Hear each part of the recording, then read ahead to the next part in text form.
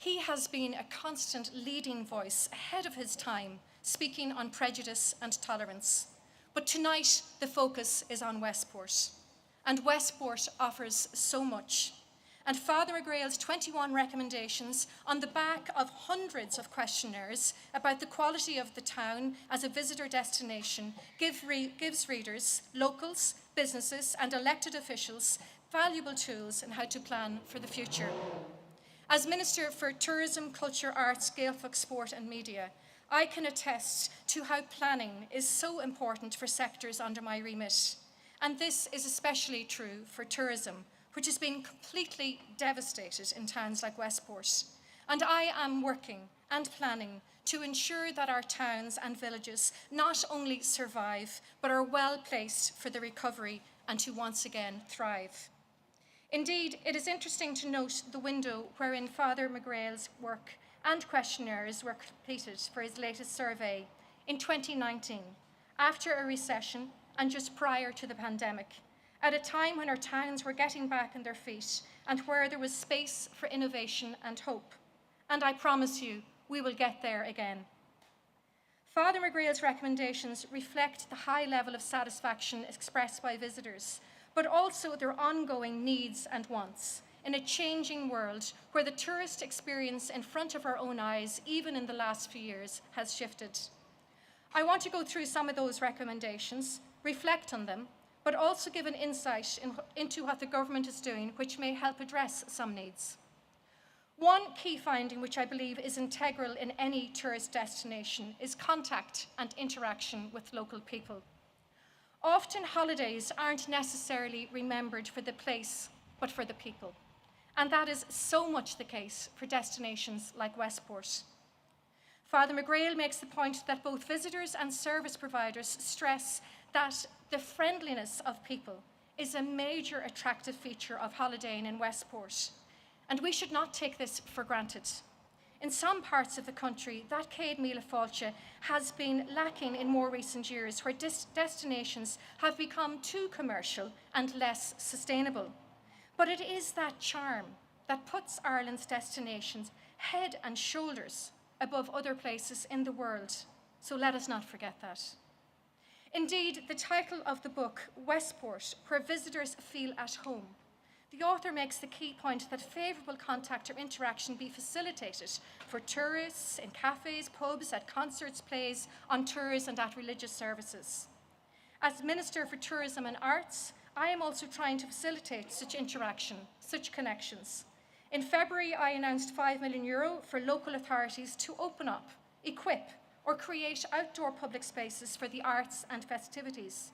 These could be used for performances, exhibitions, recitals, and gatherings. We want these new public spaces to be equipped for year-round use to help support the nighttime economy, and each local authority can apply for up to $250,000. Father Mac Gréil also notes in his survey that some 9 in 10 local providers rank protection of the environment highly. And it is encouraging to hear that the erosion of Croagh Patrick is being corrected. As a Green Party minister, I am especially conscious of the environment, and one of the key actions I will be undertaking as we start to see the beginning of the end, hopefully, of this pandemic, is to develop a new national tourism policy. This will be socially and economically sustainable and will ensure that sustainability is at the heart of the recovery in tourism. Sustainable and green tourism has seen huge rewards in other countries such as Denmark and New Zealand. And Ireland can and should be ambitious in leading the way on sustainable tourism. One connected area I want to see progressed is the desire for longer stays and breaks in and around Ireland. This is more sustainable with less carbon emissions and also would see more take-up locally in food, sport, culture and attractions, while reaping rewards for the visitor who would indeed feel at home after a longer, more sustainable stay. And again, Westport ticks the box in so many ways for a longer stay destination.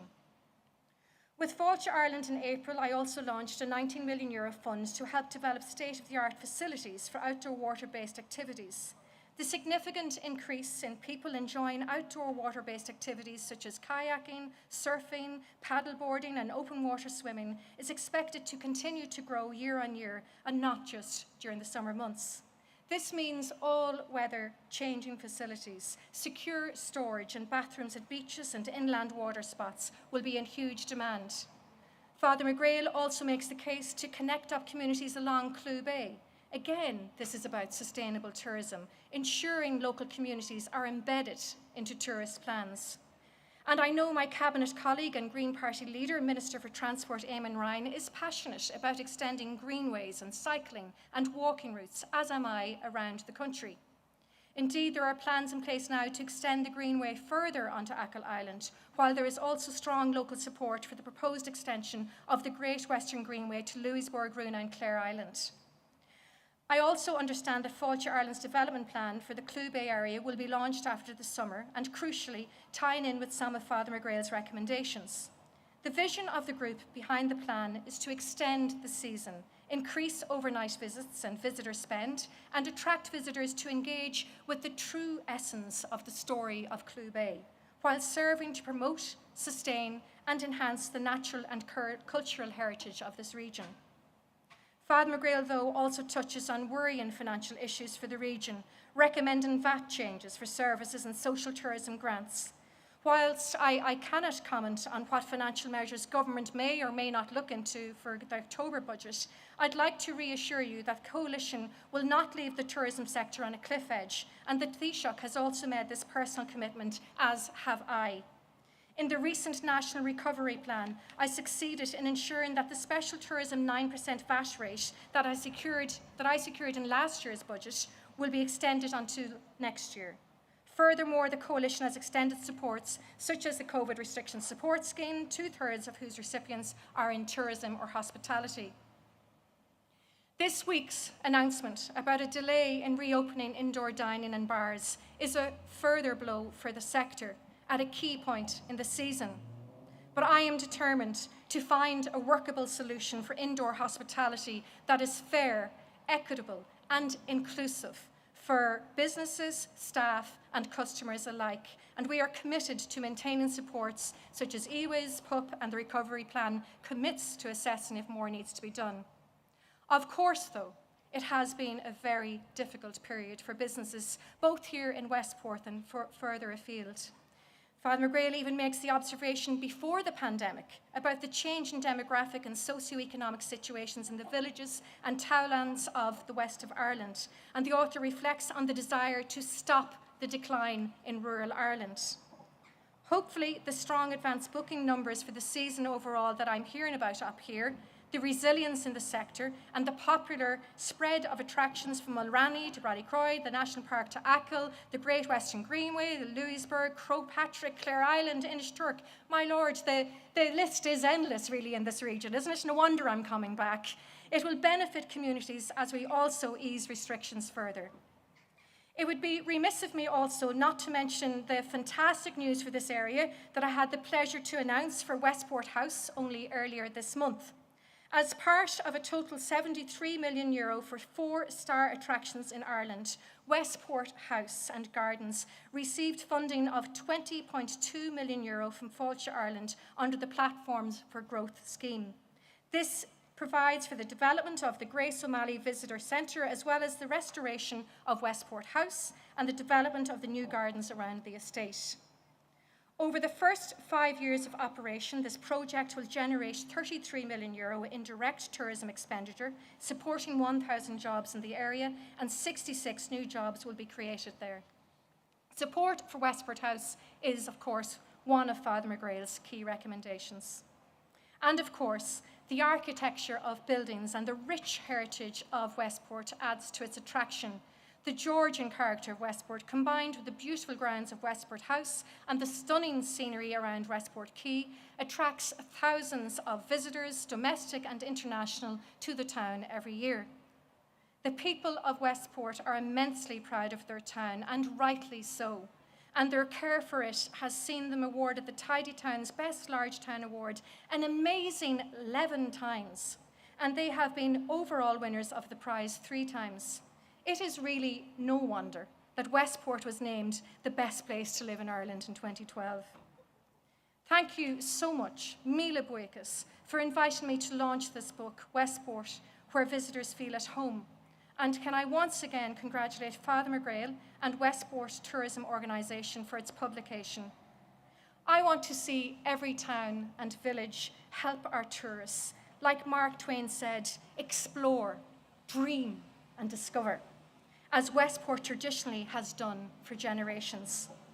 I believe these report findings could serve many towns and villages across Ireland and would encourage other communities to take note. Táimid tar éis dúchláin agus cruthan olmhór a tharú sa tír seo, agus ag obair le chéile, ag pleanáil, agus leis na taciachtaí atá leagatha amach agam, agus tuileadh taciachta fiú, déanamid a rí sé, galam é sin. Gur míle maith agah.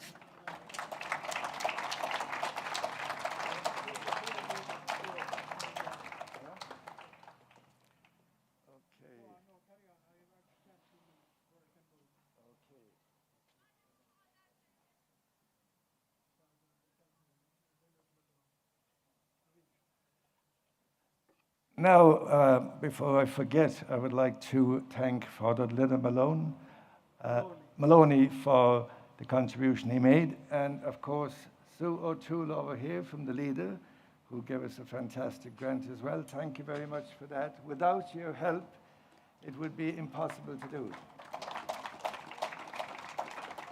And I'll now hand you over to the great man himself, Father Micheál Mac Gréil.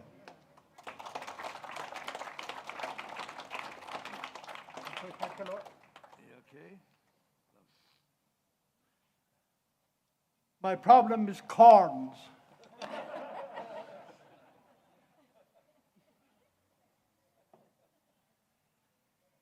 Somebody said to me today, "Is this your swan song?" Well, I said there have been so many swan songs of late that I need a swan pool. A chárlig ara is the córja. Gawan buíochas mór leis an ara Catrína ní Mhártín, as ucht tuaras gála a heola agus a cuarta I héan agus a clán, I féin agus a clán ar chahar na mart. Áit an aríon cuartóirí sa maia. Is privilege war doing in agriacht chorasóracht a chahar na mart, Westport Tourism Organisation, a cuairt agus a seola. Tá súla gom gur fiú na hiireachtaí, atá déanta agat agus go mbeidh leas ar an goléir. For me personally, the visit of Minister Martin, TD, and the members of our family to launch this report is a special honour. As alumni of St. Patrick's University College Maynooth, herself and her two brothers, the senator and the psychologist, were students in the college, and in fact these two did their degree under me. So they were very dynamic students. They contributed an awful lot to the life of the college. And it is a source of great rewarding to us as academics and lecturers to see students continue to make a contribution to society. Following the welcome and valuable comments and significant references of the Minister to the report and to tourism in general, I would like now to highlight a number of points arising from the 2019 survey, which are covered in great detail in the report just launched. This marks the 5th survey, which I had the pleasure of directing, one in 87, 92, 2001, 2011, and 2019. And ever since the 80s, I have had the privilege of participating in Westport Tourism Organisation, where we on the committee supported and monitored the day-to-day happenings in the tourist service. During my early years on the committee, I was given an insight into a structural feature of Westport by an eminent visitor to the town, the Mayor of Limavady, County Derry, Mr. Ronnie Cartwright. He made the observation that the infrastructure of Westport was conducive to both tourism and industrial and commercial development. The maintenance of this balanced infrastructure is something that private, statutory, and voluntary leaders and organizations have continued to preserve and protect. The net result of this balanced infrastructure means that Westport is a place where you can live a full life and at the same time welcome and greet visitors and tourists. Now I come to the next point, the democratization of tourism, social tourism. Before referring to any specific findings, since this might be a swan song, and recommendations, I would like to suggest that a radical change is needed in the social and personal function of tourism, which has become almost totally commercialized today. In the past, paid holidays were the practice of the rich and the privileged, some to the more exotic locations in the Mediterranean, the Adriatic, and elsewhere. But that is no longer the case. Today, in most developed countries, annual leave has become a human right for workers. This results in a massive expansion in tourism in Ireland and elsewhere. The next stage, and this I emphasize, is the human emancipation, is the extension of annual holidays to all citizens as a human right. Hence, the case for social tourism. We already see the sad effects of the deprivation of an annual holiday on the disadvantaged in urban and rural Ireland, particularly in the urban areas. There is almost a sense of relative deprivation among those who sense the denial of what others see as the legitimately source of enjoyment. This leads to frustration, and frustration seeks expression in aggression. And a lot of the displeasure of the young people from deprived areas is as a result of human deprivation, or of relative deprivation.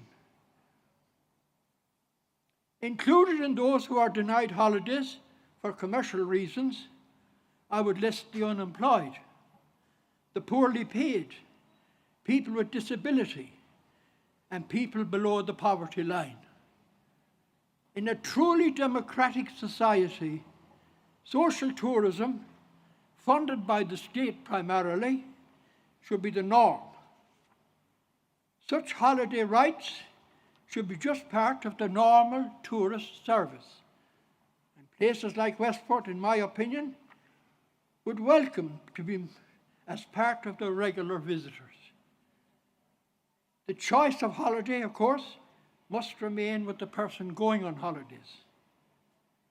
I trust that you do not consider this suggestion too radical, because it's going to come anyhow. So you're as well to be ready for it. Now I come to, get my pages right. yes, to Westport House and Estate. And I welcome Lady Altamount here with us, and I hope I welcome the Hughes here as well. Since 1960, Westport House and Estate has been a most important feature in the growth of tourism and in the service of visitors to our community. Our debt to the Brown family for the success of, if I may quote a phrase, the tourist project, is very, very great.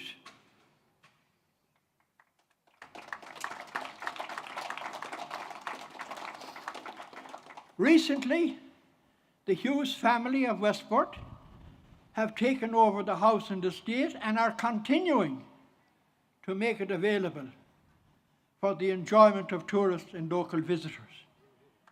Give them a clap too. The 2019 survey confirms that the providers welcome the new owners and support their very important service to Westport, as did the Brown family in their time. But it's very important that it continues as an integral part of the overall Westport community tourist project. Now I come to a very, very important issue, not only in Westport, but throughout the country. One of the welcome results of the 2011 survey, which highlighted the need for suitable, supervised, creative recreation for children and toddlers, was the response of my own nephew, Micheál, and his wife. They're here in front, and his wife Natalie. They set up the Wild West in response to the need, and has shown by the ongoing outgoing numbers among the visitors and the local families that this establishment was very timely. I am happy to say that the good work in this is being continued by the new owners, Tish and Tom Gill. And as the minister was talking about helping people who have suffered because of it's groups like this, they had to close their doors, and they're ready to serve a great need. In the course of research for the 2019 survey, another area of need was highlighted: the indoor recreational needs of young teenagers.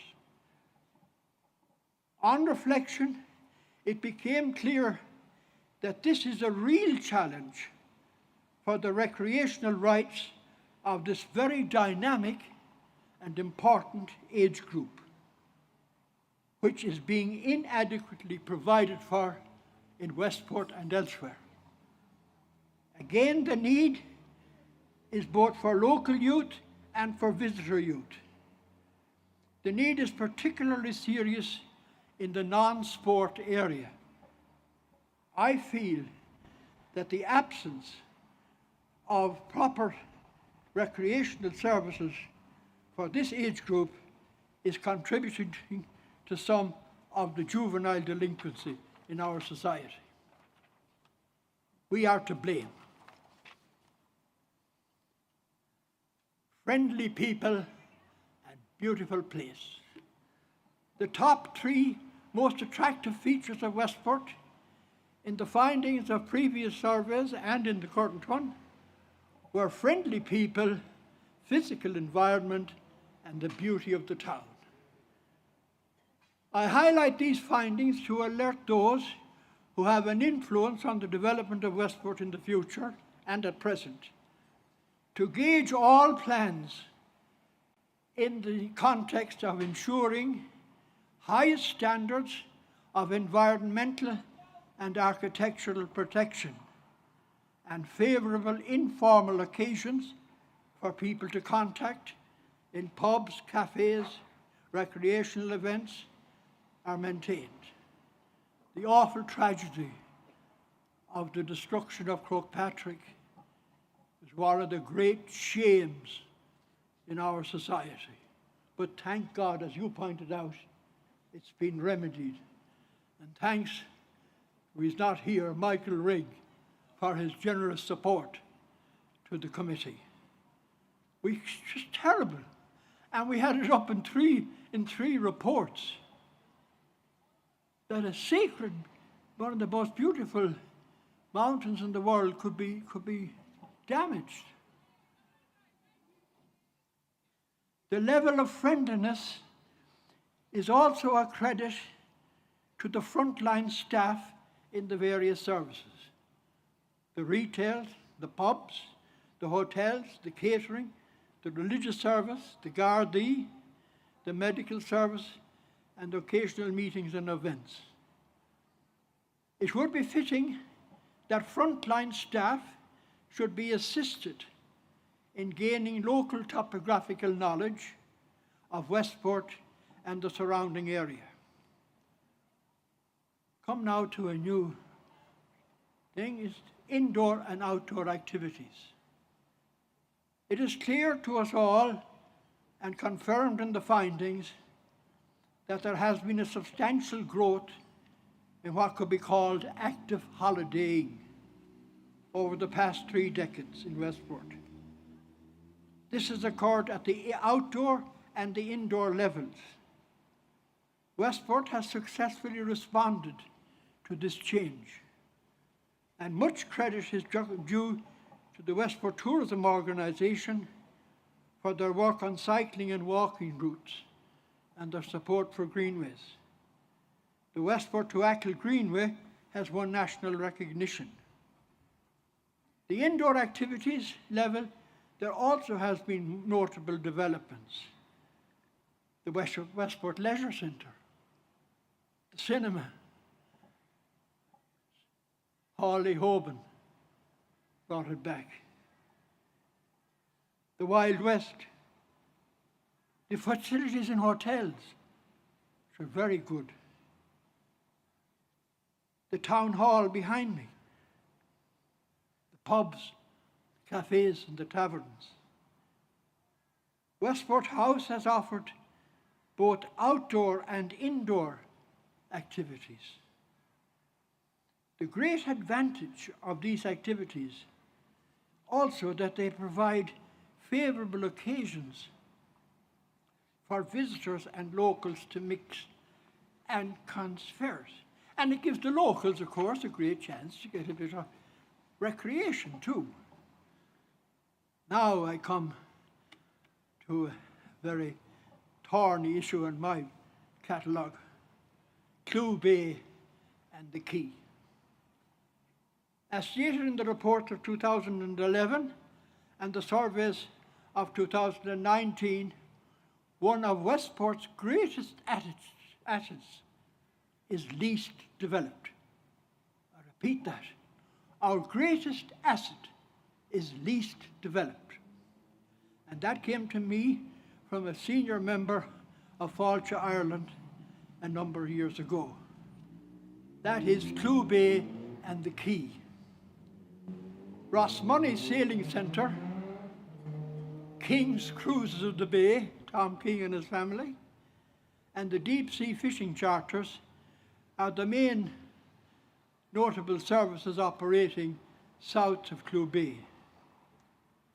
Recent developments at the point make signs of greater things to come. There is a strong support for the development of Clew Bay, and I'm glad the Minister brought that point up. But the hope for a marina exists for many years. The channel hasn't been dredged for years in a tidal harbour to allow yachts and tenders from pleasure cruisers who could anchor out in the Schleier to come into the quay. You have this wild Atlantic Way. Why haven't we a wild Atlantic wave where you could go from port to port around the whole island? Wouldn't that be wonderful experience and would attract many people? The development of Clew Bay, as the Minister has agreed, should involve all communities on its shore: Achill, Coran, Mulranny, Newport, Kilmena, Westport, Morrisk, and Louisburg, and the two major islands, Clare and Turk. The report focuses too on the need to strengthen the sand dune at Bertrand Strand. I think that's very serious. If that sand dune breaks, you'll flood the quay. You'll flood Caraholly. So I think the emergency action, and I spent a time myself in Belgium and the Netherlands, and they were able to control the sea there very well, and we should draw on their support. Now my conclusion, you'll be happy to see. In concluding my selective contribution to the launch of this report, I once again express my thanks to Minister Catlin.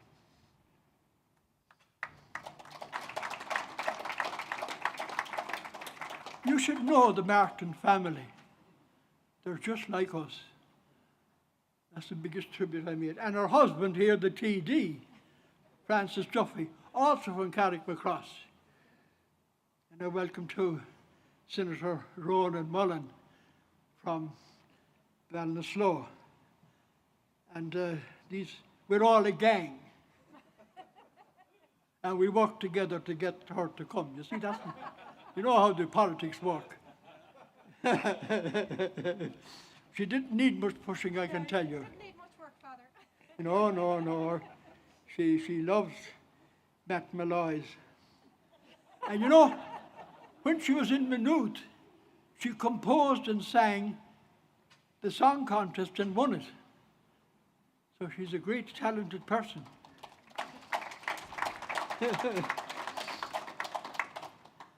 Every report is based on fieldwork and secondary analysis.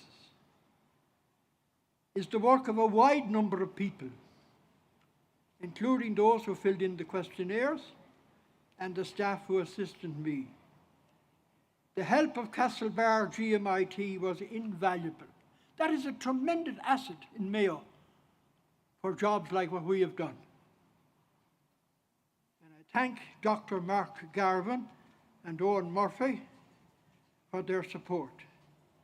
But most of all, I thank my research assistant, Megan Burke MA, for her generosity and competent assistance, which was first class. I also thank Aidan Clark, and Simon Wall, and John Bradley for their excellent essays on architecture, on the history, architecture, and economy of Westport.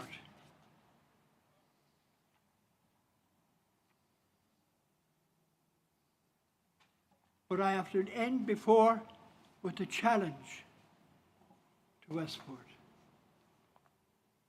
I was asked recently what I consider to be the greatest challenge to Westport.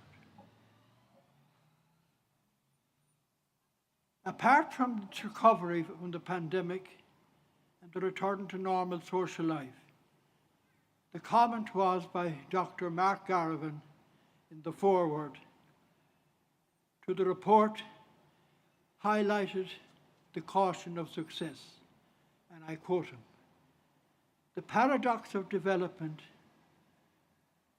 is that while you want the locality to prosper and grow, you don't want it to be excessive either. If it grows too much, then that may be a negative." And he gave the problem of Venice and Barcelona and maybe Killarney. While I agree with Mark's warning, I would add another challenge which is facing Westport. Community life requires essential element of collective participation. The loss of Westport's Town Council, in my opinion, and that of the vast majority of the providers of service in this community creates a vacuum of collective participation. The positive role of the Town Council in the development of Westport tourism has been clear to me in all the previous surveys. The current crisis calls for immediate action. May I have the liberty today to call for a repeal of the 2014 Act, which got rid of the local council. In the meantime, I recommend that the people elect a voluntary community council to guide us and keep us together as we continue to ensure that this continues. Now, I wanted to bring this up last because that is one of my most important messages to you. I want to thank again Father Leonard Maloney, my Superior General here, my provincial, who allowed me to work voluntarily on the survey, giving a generous grant to the WTO for the funding of the survey. And of course I thank South West Mayo Development Company for their support also. But before handing back the mic, and this is very special, I must refer to three eminent deceased members of the Western community.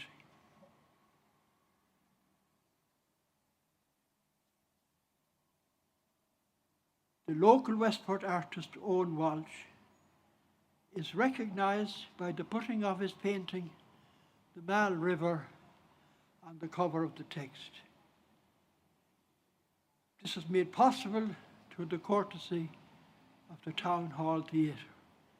And I'm glad to see his brother Seamus is here with us and to tell his son, and to all how much we appreciate it. The report itself is dedicated to the late Sean Stanton, former Cathaoirleach of Westport Town Council and editor of the Mayo News, and the late Jeremy Brown, Marquess of Sligo, and owner of Westport House and Estate. And I'm glad Lady Sligo is here, and that also Sal Staunton is here with us.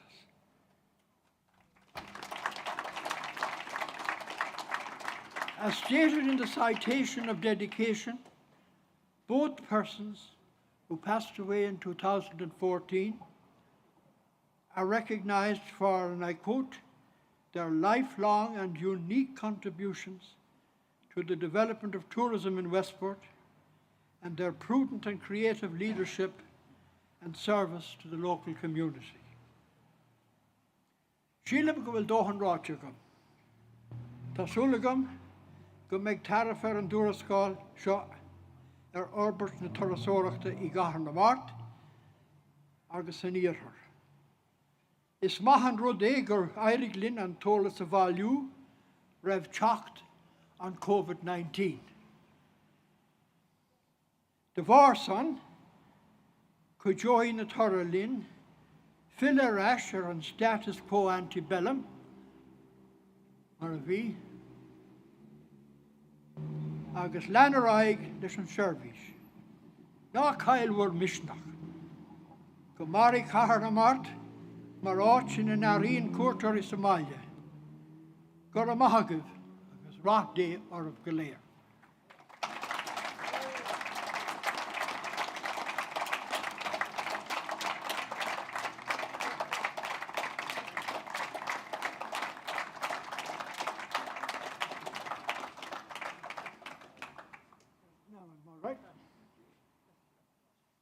All right.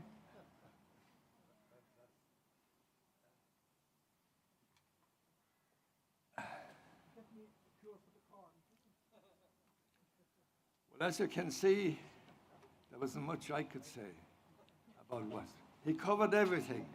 And what he didn't cover, the minister covered it as well. So that left me with very little to say. Other to thank you all, every one of you, for being here tonight for this launch of research. And we know that this research is going to help Westport as much as all the research that Father has done to date has helped it, the 5 ones he's done to date. It's, as you can see, Westport, with the sign up there, the greatest place to live in. What more can you say? One thing I would ask, though, is we are looking for a marina. And we have a lovely spot for it. All we need is a few bob to do it. I was down in my native County Kerry recently. I went down to study Dingle, and they got the marina some years ago, and they had a big statue of Charlie Haughey there. And I can guarantee you that whoever puts the marina here in Westport will have a statue to them as well. So now's the chance. So anyhow, again, thank you all very much for being here tonight to launch this, and I wish you all a very happy rest of the summer, and that we'll be able to get out and about and maybe get inside as well, because it's needed. The economy needs a little joust, and I know there's no better people to give it than the money you're spending there, Minister. And Westport already is getting alive. I can see it, it's already getting alive. I've been around to most of the hotels in the recent days now, and there is a lot of confidence that things are going to go, Oh yeah, the report is available now down here by the way out. You see, Dick down there at one side. Have we some up there as well? No, it's on down here on that exit there. You can have the report. Okay. Again, thank you all very much. Go míle maith agat bheith an seo inocht agus slán agus beannacht. Mar dúr.